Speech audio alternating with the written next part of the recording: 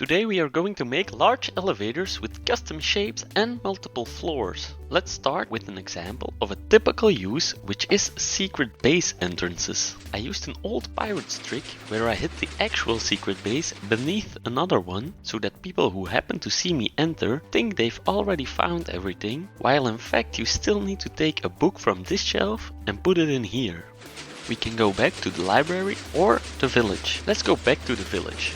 Before we go into the tutorial, I want to make clear this tutorial is only for Java edition, but there is a YouTuber named Dr. Plasma who has an entire playlist of elevator tutorials for Bedrock edition. Let's jump into it. First you need to dig 6 blocks beneath the lowest level of floor you want, or build it 6 blocks in the air like I did here.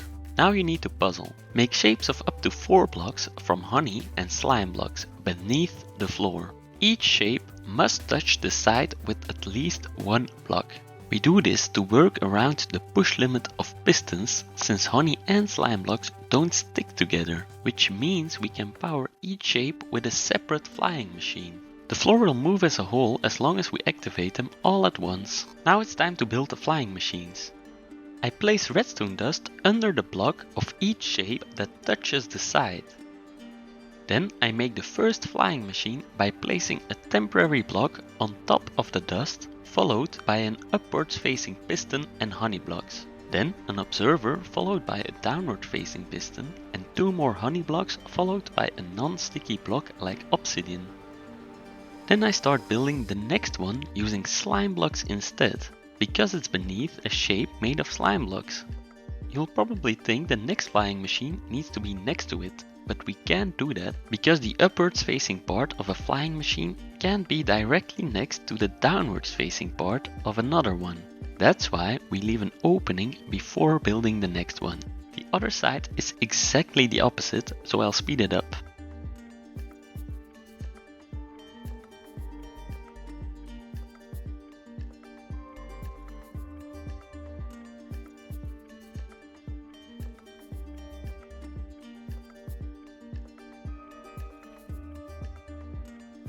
When you've connected all the redstone, you can add a button to activate them and replace the cobblestone with observers who have their arrows pointing up. Don't press the button though, because we haven't built a stop yet. Speaking of which, let's build a first stop.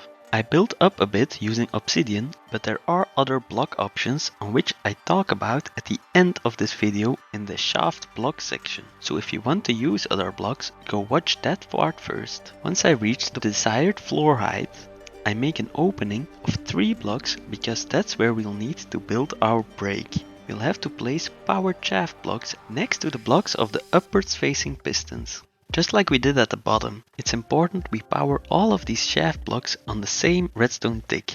We do this so that when we eventually unpower the brake, all the flying machines will go down in unity. For now we'll just use an inverter to permanently power the blocks and then unpower them using a button to go back down. This means that we now have a very rudimentary version of the system, so we can test it before we go further. Looks like we stop exactly where we intended and going back down isn't a problem, so we can proceed. I skipped ahead and built the next floor exactly like I built the first one, so I can show you what the next steps are. If we press the start button, we will stop at the first floor because we haven't changed anything about it. For the same reason, we'll also just go back down if we press the button.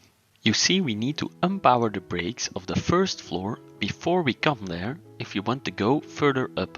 That's why I'll place a lever for now to show what happens. We do indeed go all the way up, but this does show a small flaw in the system since we can only go down once we are on one of the middle levels.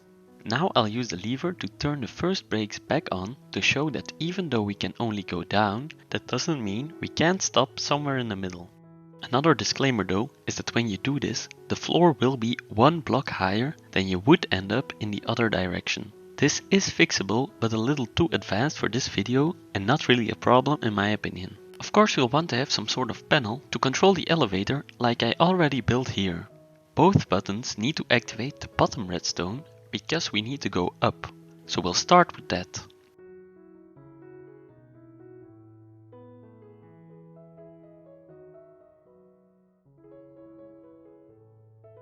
Next we'll have to make the buttons activate their corresponding breaks.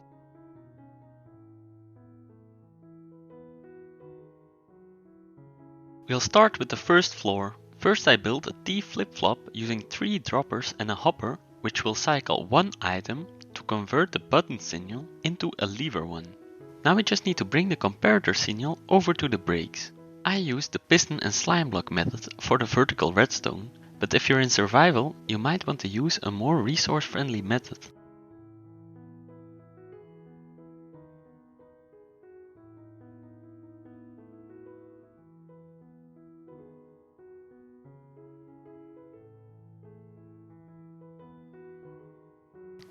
I'm not sure if the signal is strong enough, so I first let the elevator down using the temporary system before I destroy it.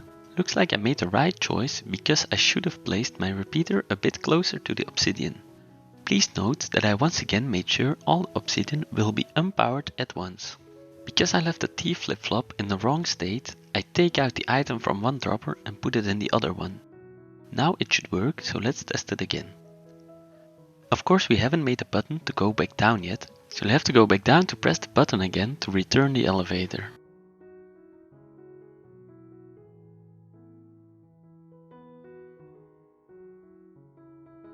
Now let's build a button to go back down.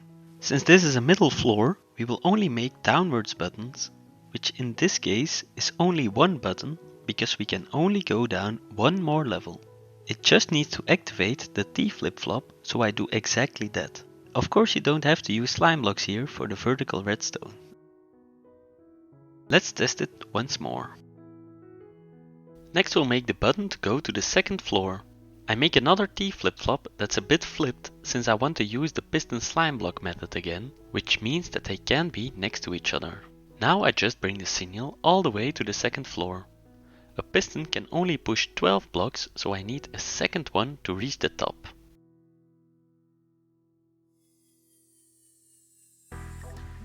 Let's test it to make sure we didn't make any mistakes. Now let's make the last button panel. This time we have 2 stops, so there are 2 buttons. I start with the one to go all the way down, which uses exactly the same concept as before, where we activate the T flip-flop that corresponds to the brake. This is the only one we need to activate, because the only way we could reach this floor is when all the lower brakes were turned off. The button does seem to control the brake like intended, but let's test it to make sure.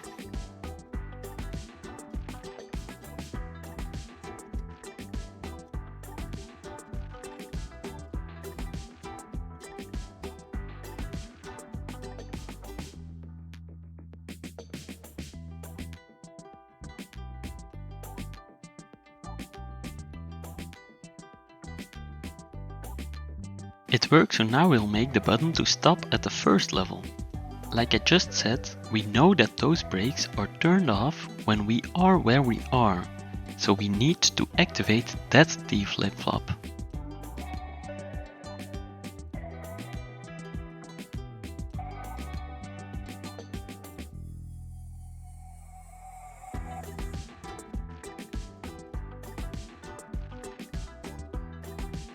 Let's test it. Looks like I did an oopsie. Of course this button also needs to unpower the brakes of the floor where I'm on, but that's an easy fix with just one more redstone dust. To not mess with the state of the T flip-flop, I use the other button to go back down. Now everything works like intended. We're done. But before I end the video, I want to show which options you have for the shaft blocks like I promised. I call them shaft blocks because they are the only type of blocks you may place directly next to the elevator so that our sticky blocks ignore them. The first one that's kinda obvious is air, but here are some alternatives.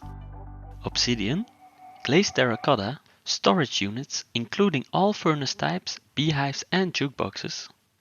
Scaffolding and liquids like lava are also an option. I especially like the last one for underwater bases or even under lava in the nether.